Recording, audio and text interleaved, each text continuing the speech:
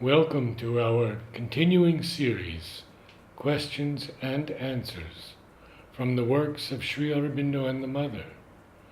Today's subject, Divine Will, Part 1, from the Mother. Divine Will, the will expressing the highest truth. Let us do our best in all circumstances, leaving the result to the Divine's decision. 20 May 1954.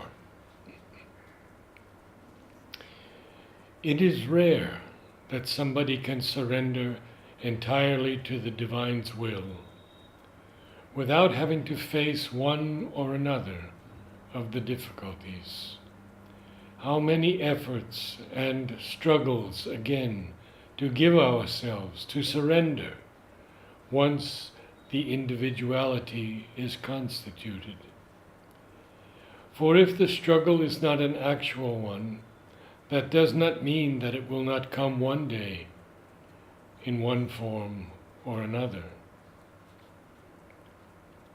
For always, at least once in our life, we are placed in some circumstance to test whether we are ready for an entire surrender to the divine will, whether we are, before all, human beings striving to attain and manifest the Godhead, ready to renounce everything in the world, what seems to us good as well as what seems bad, for that supreme conquest. In that ascent towards the heights, both virtues and duties, that is to say, our mental prejudices and preferences, stand far more in our way than our exterior weaknesses and faults. And error can always be used as a springboard, whilst a virtue is more often a limit, a barrier that must be surmounted. The time has come to rely only on the divine will and to let it work freely through you. I repeat, the time has come at last, not to rely any more on one's own petty will, to hand over the whole affair to the divine's will, and let it do its work through you, not only your mind and feelings, but mainly through the body. And if you do it sincerely, all this body nonsense will disappear, and you will be strong and fit for your work. When men will understand that the divine knows better than they do what is best for them, many of their difficulties will disappear. 1st April 1963. Question: what human will is at present particularly against the divine will? Mother: you mean from what point of view? All human will, which is against the divine will, is an anti-divine will. That's all.